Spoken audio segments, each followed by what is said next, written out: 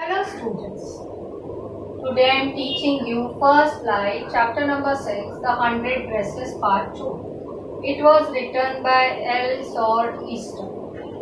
Already in previous video I explained you the 100 dresses part 1. This one is a part 2. Before starting the explanation, first we talk about the new words. First one is expectant, means full of hope, आशावादी. Next is deliberately, means intentionally, जानबूझकर. Next one is glance, means have a cursory look, घूरते हुए देखना. Next is gruffly, means roughly, रूखेपन से. Next is dumb, means innocent, मासूम. Next one is besides, means in addition to, कुछ और जोड़ना, साथ रखना. Next is probably, means perhaps, शायद. Next one is ashamed, means to feel shy, लज्जित महसूस करना. Next is blinked, means went away, झपकी लेना. Next, the last one is tight-lipped, means silent, शांत रहना या चुपचाप होना.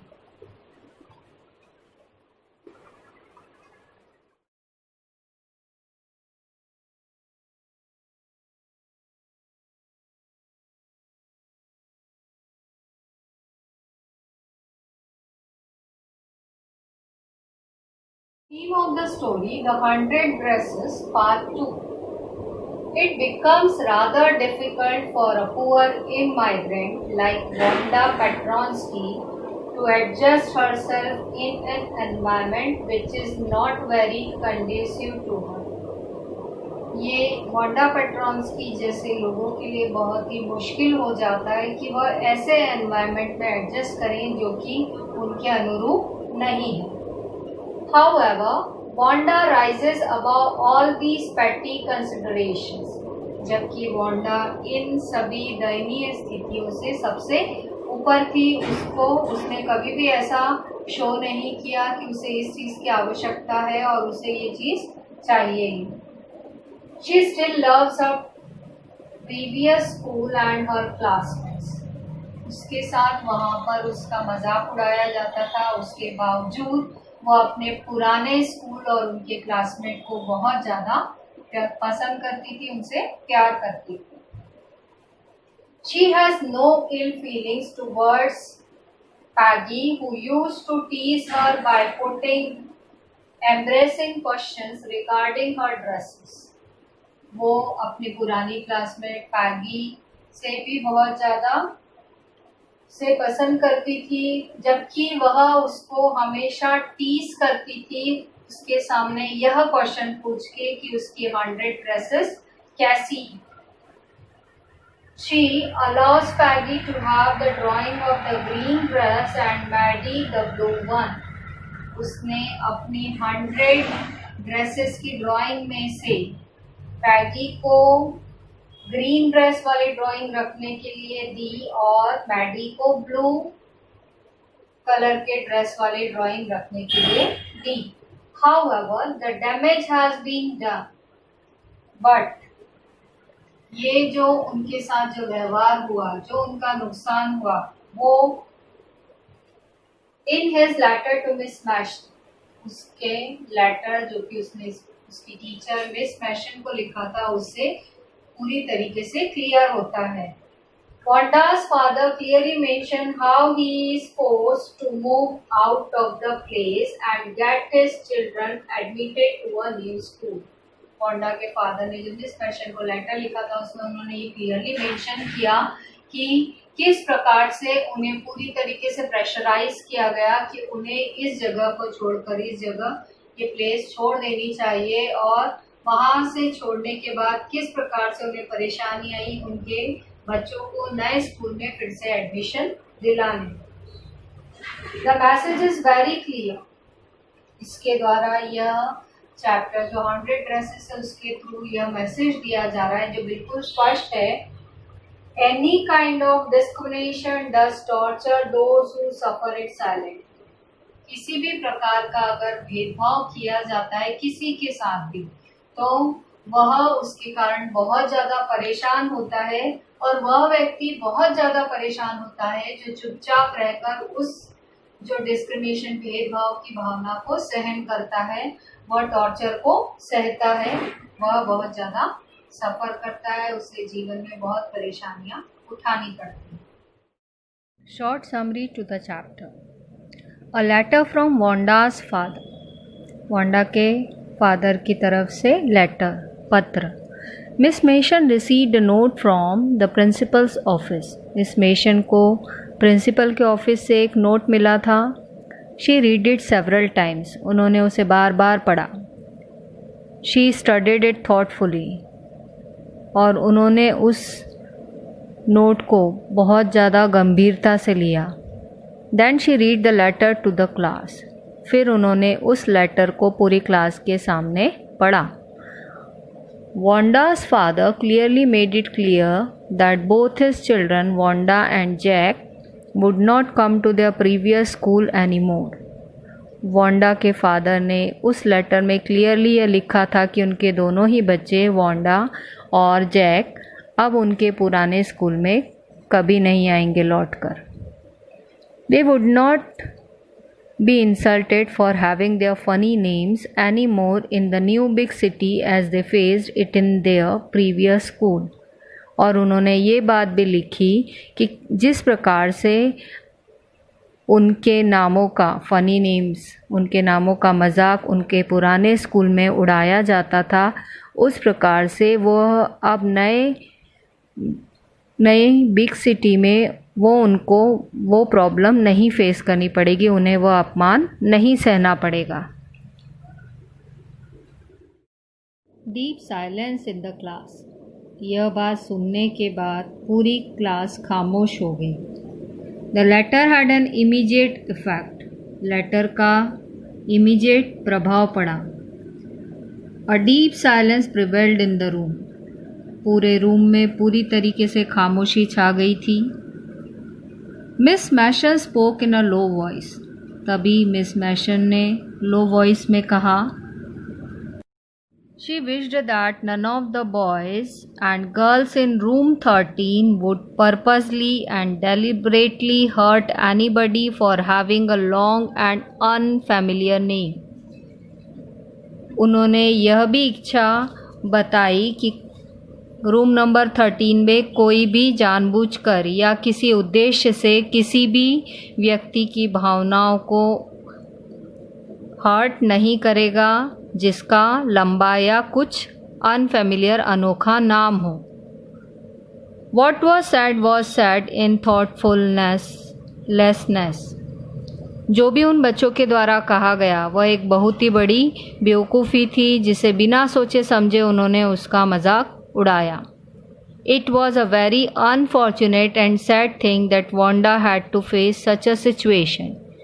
ये बहुत ही दुर्भाग्यपूर्ण स्थिति थी कि वांडा को ऐसी सिचुएशन का सामना करना पड़ा।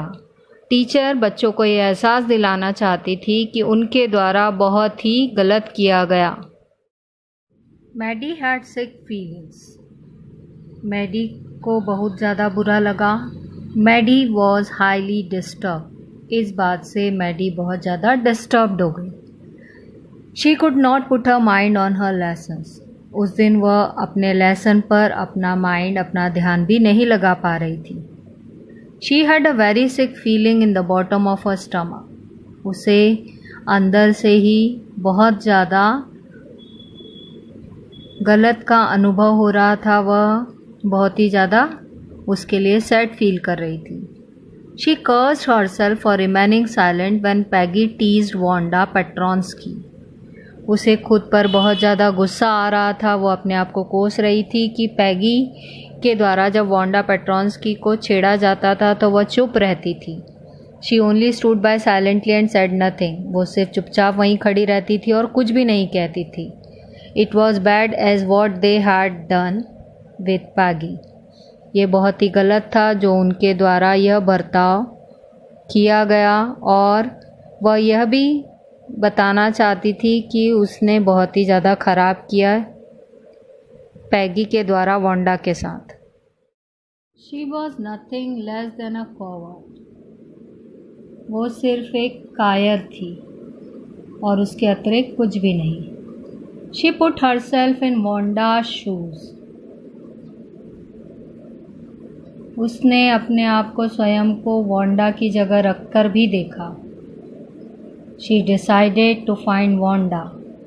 तभी मैडी ने डिसाइड किया कि उसे वांडा को ढूंढना चाहिए, उसे देखना चाहिए। It was possible that she had not left Boggins Heights yet.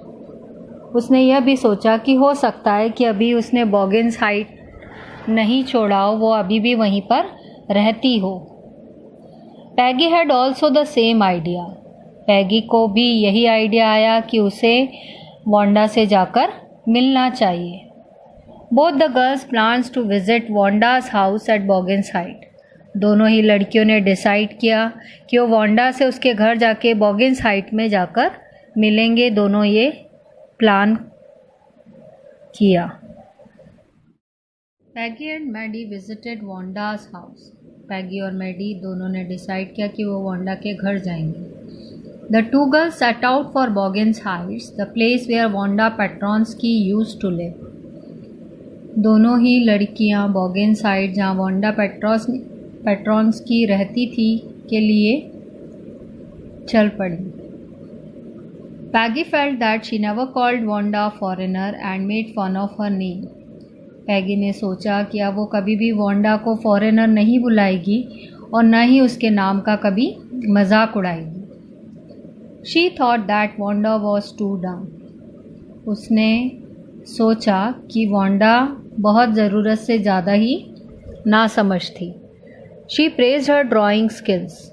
उसने उसके ड्राइंग स्किल्स की प्रशंसा की कि वो बहुत अच्छी ड्राइंग बनाती। At last they reached Wanda's house. Lastly वो वांडा के घर पहुँचे। It was a little house with a shabby but clean courtyard. वह एक भद्दा लेकिन साफ आंगन वाला घर था। They knock formally on the door but got no answer. उन्होंने दरवाज़ा खटखटाया लेकिन कोई भी उत्तर नहीं मिला। The Petronski had gone. Petronski का परिवार वहाँ से चला गया था। Peggy said that if she had not asked Wanda about all her dresses she would have no ideas for her drawings. Peggy ने यह कहा कि यदि वह वांडा से उसके ड्रेसेस के बारे में नहीं पूछती तो उसको अपनी ड्राइंग के लिए कोई भी आइडिया नहीं आता। She might not have won the contest either. और तब भी वह उस प्रतियोगिता को, जो कि ड्राइंग कंपटीशन हुई थी, वह नहीं जीत पाती। Maddie resolves. मैडी निश्चय करती है। Maddie thought about Wanda, blue dress and the little house she had lived in. Maddie तभी वांडा के रंग उड़ी हुई पोशाक, उसकी जो ड्रेस थी उसके बारे में और वह जिस छोटे से घर में रहती थी उसके बारे में सोचती है। She reached an important conclusion. तभी वह एक निष्कर्ष पर, कंक्लूजन पर पहुंचती है। She was not going to stand by and say nothing again. अब वह कभी भी ऐसे व्यक्ति का साथ नहीं देगी, उसके साथ खड़ी नहीं रहेगी और कुछ नहीं बोलेगी। She would never forgive anyone insulting others because they were funny looking और हैड स्ट्रेंज नेम्स। वो कभी भी ऐसे लोगों की इंसल्ट करने में साथ नहीं देगी जो कि लुक वाइज फ़नी दिखाई देते हैं और जिनके कुछ स्ट्रेंज, अजीब से नाम होते हैं या विचित्र नाम होते हैं। She would stand up and speak up. वो उनका विरोध करेगी जो दूसरे लोगों का मजाक उड़ाते हैं। She would oppose it injustice even if it mean losing Peggy's friendship.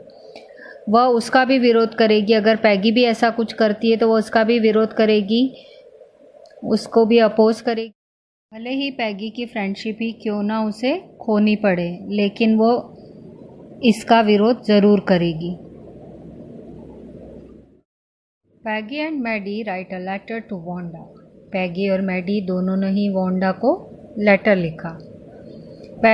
Peggy and Maddie decided to write a letter to Wanda. Peggy और मैडी दोनों ने डिसाइड किया कि वह वांडा को लेटर लिखेंगी। They wrote how pretty her drawings were. उन्होंने उसमें लिखा कि उसकी ड्राइंग्स कितनी सुंदर थी। They asked her if she liked her new place and her new teacher. उन्होंने उससे यह भी पूछा कि क्या उसे नई जगह पसंद आ रही है, क्या उसे अपनी नई टीचर पसंद आ रही हैं। They wanted to feel sorry but they ended up with writing just a friendly letter. उन्हें बहुत ज़्यादा सॉरी फील कर रही थी, लेकिन फिर भी उन्होंने फ्रेंडली अपने लेटर का एंड किया। इस तरीके से उन्होंने लेटर में उसकी ड्राइंग्स की प्रशंसा की और अपने सॉरी लेटर को लिखा। Letter from Wanda Petronski. On the last day of school before Christmas holidays, miss Mason received a letter. Christmas की छुट्टियों से के पहले आखिरी दिन मिस मैशन को एक लेटर मिला। It was from Wanda Petronski. यह लेटर उन्हें वांडा पेट्रोंस्की द्वारा भेजा गया था। She wish that the girls of room 13 could keep those 100 dresses. उसकी उसमें इच्छा उसने लिखी थी कि रूम नंबर 13 की जो गर्ल्स हैं वो सभी उसकी 100 ड्रेसेस की ड्राइंग्स को रख सकती हैं। She had a new 100 dresses in her new house. उसने बोला कि मेरे नए घर में मेरे पास फिर से न्यू 100 ड्रेसेस हो गई हैं। She would like Peggy to have the drawings of the green dress. वो चाहती है कि पैगी के द्वारा उसकी ग्रीन ड्रेस की ड्राइंग रखी जाए। And Maddie to have the blue one. और मैडी के द्वारा उसकी ब्लू ड्रेस की ड्राइंग को रखा जाए। She wrote that she miss the school. उसने यह भी लिखा कि वो अपने पुराने स्कूल को बहुत ज़्यादा मिस करती है। Her new teacher didn't equalise miss Mason. उसने यह भी बताया कि उसकी जो नई टीचर है उसके नए स्कूल की, वो मिस मैशन के बराबरी की नहीं है। इस तरीके से उसने अपनी फीलिंग्स को अपने स्कूल छोड़ने के बाद अपने लेटर में मिस मैशन को लिखा कि वह किस तरीके से अपने स्कूल को बहुत ज़्यादा मिस करती है, अपने टीचर्स को भी। वह अपने पुराने टीचर्स और अपने पुराने फ्रेंड्स को बहुत ज़्यादा मिस करती है, यह अपने लेटर के द्वारा बताया।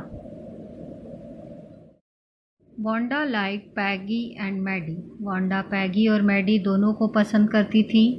पैगी told Maddie that Wanda actually like that. Peggy ने यह बात मैडी को बताई कि वांडा उनको वास्तव में प्यार करती थी, उन्हें पसंद करती थी। She replied their letter. उसने उनके लेटर का रिप्लाई दिया। There was no ill feeling among them. उनके बीच में कोई भी इल फीलिंग नहीं है, कोई भी दुर्भावना नहीं है। Everything was all right. सभी कुछ ठीक ठाक है।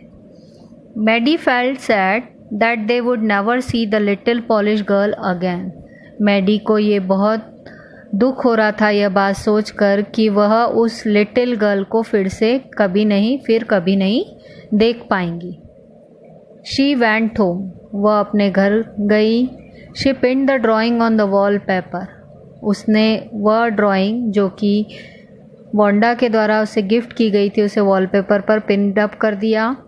Tears blurred her eyes. उसकी आंखों से आंसू बहने लगे, उसे धुंधला दिखाई देने लगा। She looked intently and found that the face and head of the drawing looked like her. उसने जैसे ही उस ड्राइंग की तरफ देखा तो उसने यह महसूस किया कि वह ड्राइंग में फेस और हेड उसकी तरह ही दिखाई दे रहा है। Excitedly she ran over to Peggy. Excitement के साथ वह उसी समय पैगी से मिलने गई। She showed Peggy her picture. उसने पैगी को अपनी पिक्चर दिखाई। The head and face of a picture also did look like Peggy. उस ड्राइंग का जो सिर और फेस था वो बिल्कुल पैगी की तरह ही दिखाई देता था। Peggy replied that Wanda must have really like that. Peggy ने तभी मैडी से कहा कि वांडा उन्हें बहुत ज़्यादा पसंद करती थी।